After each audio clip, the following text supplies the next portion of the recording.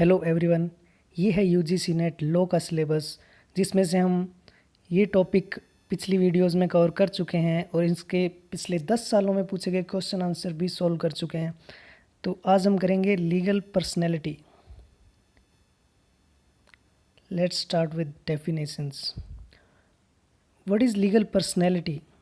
The term person is derived from Latin word persona. It means those who are recognized by law as being capable of having legal rights and duties. Salmon ने क्या कहा है? A person is any being whom the law regards are capable of rights and bound by legal duties. Savigny defines the term person as the subject or bearer of right.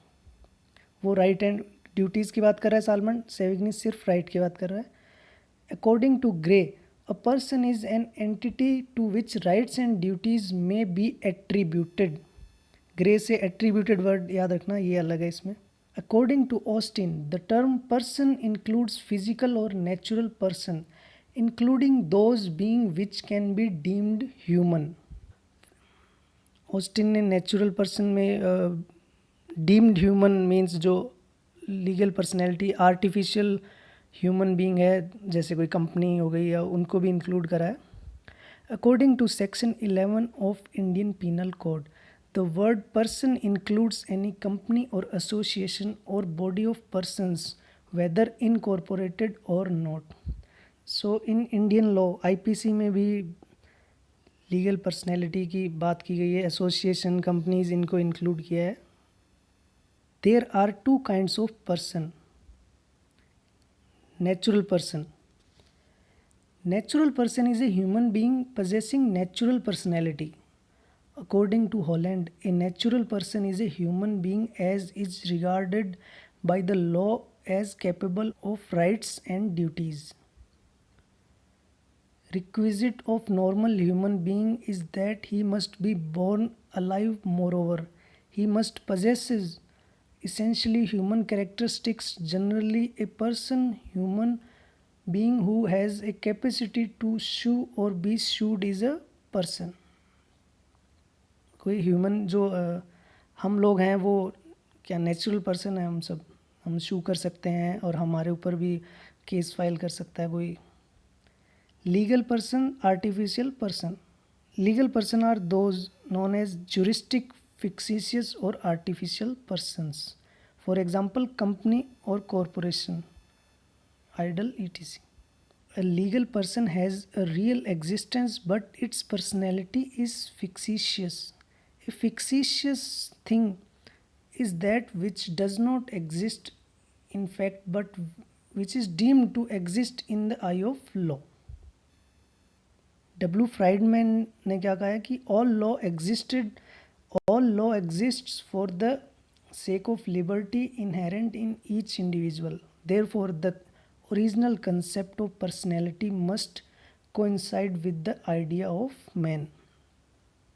According to him, companies, ये association है, ये सब artificial है।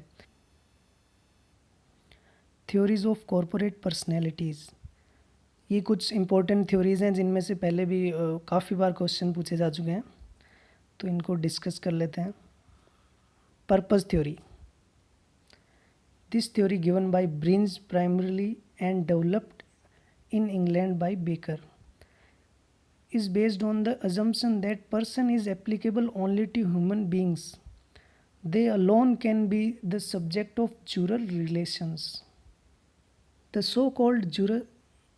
so-called juristic persons are not persons at all, since they are treated as distinct from their human substratum, and since jural relations can only vest in human beings, they should be regarded simply as subjectless properties desired for certain purposes.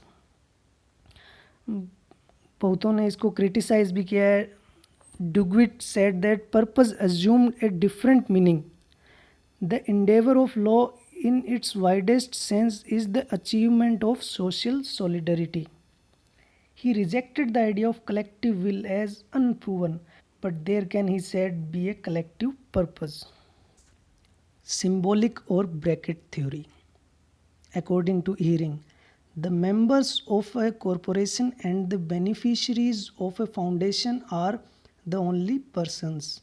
Juristic person is but a symbol to help in effectuating the purpose of the group. It amounts to putting a bracket around the members. It amounts to putting the bracket amount it amounts to putting the bracket around the members in order to treat them as a unit. This theory assumes that use of the word person is confined to human beings. It does not explain foundation for the benefit of mankind generally or for animals. बस simple सा है कि ये जो company या corporation के members हैं उनके बाहर ब्रैकेट लगा दिया जाता है. इससे याद रख लेना आप कि उन सबको वो मिल के ग्रुप है वो काम कर रहा है, उसको एक कंपनी का नाम दे दिया और वो कंपनी को लीगल पर्सनैलिटी हो गई. Fiction theory. Its principal supporters are Savigny and Salmond. याद रखना Savigny Salmond. Juristic persons are only treated as if they are persons, that is human being. It is clear that the theory presupposes that only human beings are properly called persons. इसको एक example से समझे तो in Partnership Act under section 24, a notice to a partner who habitually acts in the business of the firm, that is deemed to be notice to the firm. जो partner को notice गया है वो माना जाएगा, फर्म को भी notice गया है, वो फिक्शन थ्योरी है ये. And Savigny also declared that every single man is capable of rights. Concession theory. This is allied to fiction theory. In fact, supporters of the one tend also to support the other. Its main feature is that it regards the alienity of being a juristic person as having considered by state, that is by law. The identification of law with state is necessary for this theory, but not for the fiction theory. देखो इसमें और fiction में difference यही state word का difference है. State जो कि law बनाता है, बस यही डिफरेंस है. ये ध्यान रखना, स्टेट वर्ड आ गया तो ये थ्योरी आएगी वरना फिक्शन आएगी इन दोनों में से. Realist and organism theory. The realist theory of which Gierke is the principal exponent and Maitland a supporter. ये नाम पूछे जा सकते हैं कौन सी थ्योरी का कौन एक्सपोनेंट है, ध्यान रखना. asserts that juristic person enjoy a real existence as a group. ये थ्योरी है जो juristic person और real person में कोई difference नहीं रखती है और दोनों को सेम ही मानती है. The organism theory with which the realist theory is closely associated assert that groups are person because they are organism and correspond biologically to human being. This is based on the special use of the term organism, and the implications of such biological comparison can lead to absurdity. Professor Wolf points out that if this were true, the group will is only the result of mutually influenced will. Organism word से याद रखना कि group जो एक group है, persons का group है, वो उसको रियलिस्ट थ्योरी मानना है. बस ये रियलिस्ट थ्योरी से बस यही डिफरेंस है कि इसमें ग्रुप ऑफ पर्सन आ गया बस. Grey. To get rid of the fiction of an attributed will by saying that corporation has a real general will is to drive out one fiction by another. Institution theory based on realist theory. Horace Frank is the exponent. Collectivist outlook. Institution theory है, institution word से याद रखना collectivist outlook. Individual is integrated into the institution and becomes a part of it. Pluralist interpretation. Many institutions within the supreme institution of state. जो supreme main institute है उसके अंदर बहुत सारे institution. Fascist interpretation, other institutions are a part of the only institution that is state. Okay. Problems of corporate personality. देखो legal personality topic से जो case laws है इंपॉर्टेंट वो कर लेते हैं अभी. A corporation has a distinct personality from its members. ये सबसे पहले कहा है Salomon versus Salomon and company limited case में. shareholder is distinct from the company. A shareholder could claim the preferential rights of a bondholder against the company. Company और share holder दोनों को distinct legal personality माना है. फरार versus फरार 1889. A sale by a member of a corporation to the corporation itself is in every scope valid in equity as well as in law. People's Pleasure Park Company versus Rollader US case है. A covenant that a title to land could not pass to a black, a corporation with all members black, held that the corporation was distinct from the members. Title could validly pass to the corporation.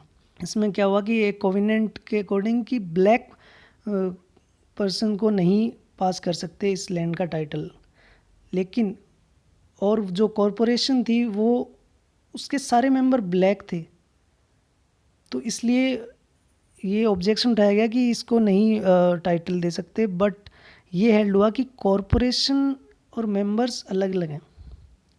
They have distinct legal personality, that's why title could pass to a company because company was not black or maybe white black, we can't see a company.